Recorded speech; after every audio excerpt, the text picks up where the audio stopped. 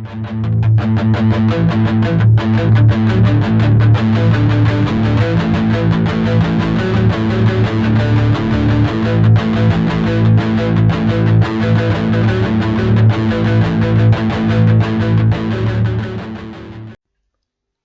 again, folks. Again, Govika1984 here. Today we're going to talk about the connection up for recording.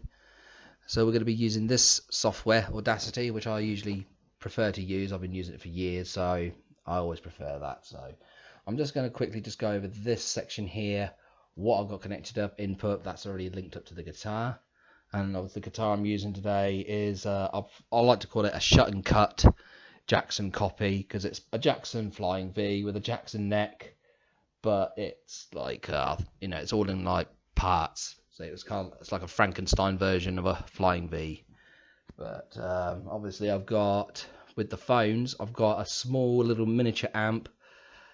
It's a Bluetooth, but it has the aux input, so I've rigged that to this. So obviously whilst I'm recording, I can hear it whilst I'm recording. And then lastly but least, this one here, the output for R, that is what I've got connected to the laptop, and it's a Rocksmith's USB cable with the male jack for your guitar. Now you can actually just link up this cable to your guitar, then you can then obviously do all the effects and everything with what's built into this, but we're not going to do that. If you want to do it like that, you can, but obviously this is specifically for using the Zoom GFX8. So what we do is we're going to here,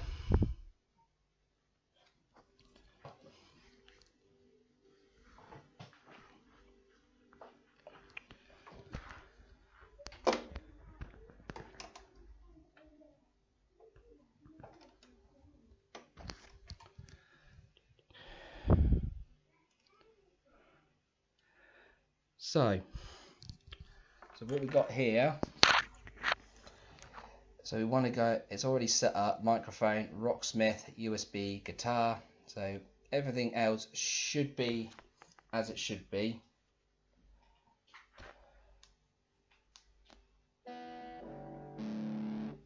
So like I say, it works well if you've got something linked up, so you can actually hear, because sometimes when you're playing something, if you've just got the guitar linked up with the Rocksmith cable,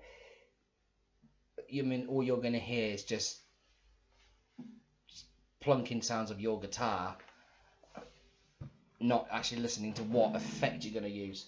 And just obviously, of course, to give you a quick update, I'd had recently just changed one of my other effects for a sort of an Ace Frehley / Paul Stanley, it's Kiss patch, which I've somehow sort of went through it bit by bit, just trying to find that right tone for when we play it.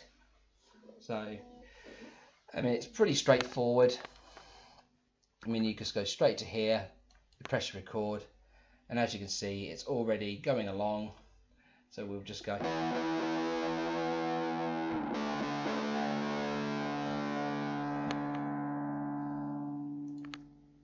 And that's it. I mean, this is a very, very simple and short video, but as you can see, it's already picked up what's been done on here.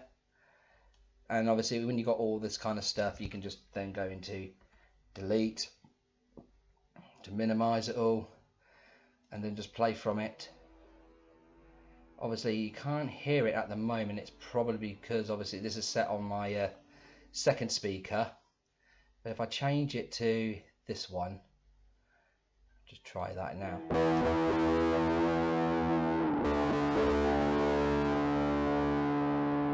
So there you go, that's how it's done.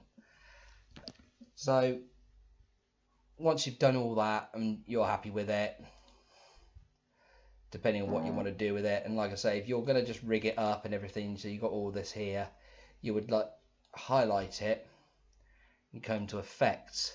So then you've got all these different variations of effects, what you want to do with it. I mean, it's like here with the fade in, fade out. You just highlight it, fade out. So there you go. So when you play it,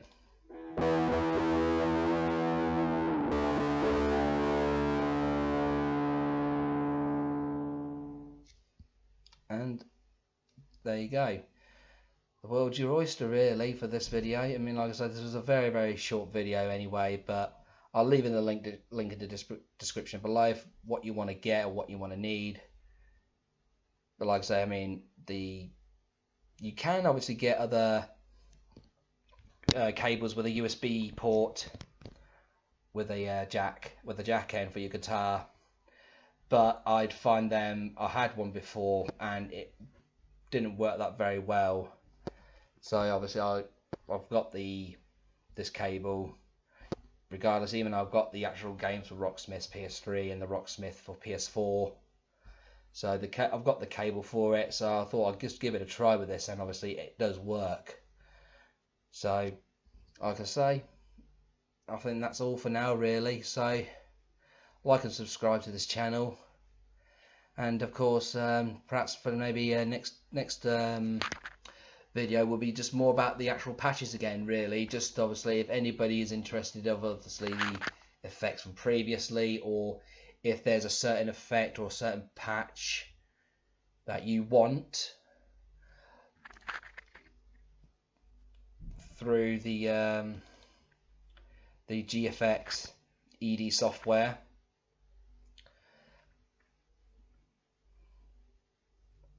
There we go.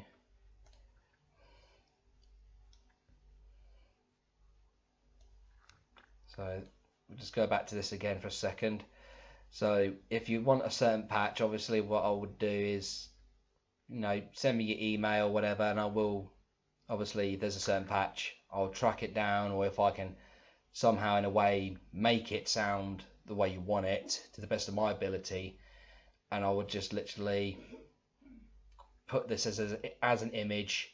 So you'll have this as an image, so you don't have to mess about all the time, so you can then just get an image. It's like, for instance, with the Kiss.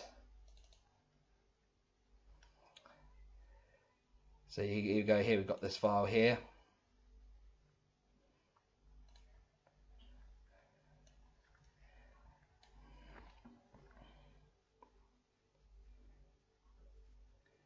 Just wait for that to load up.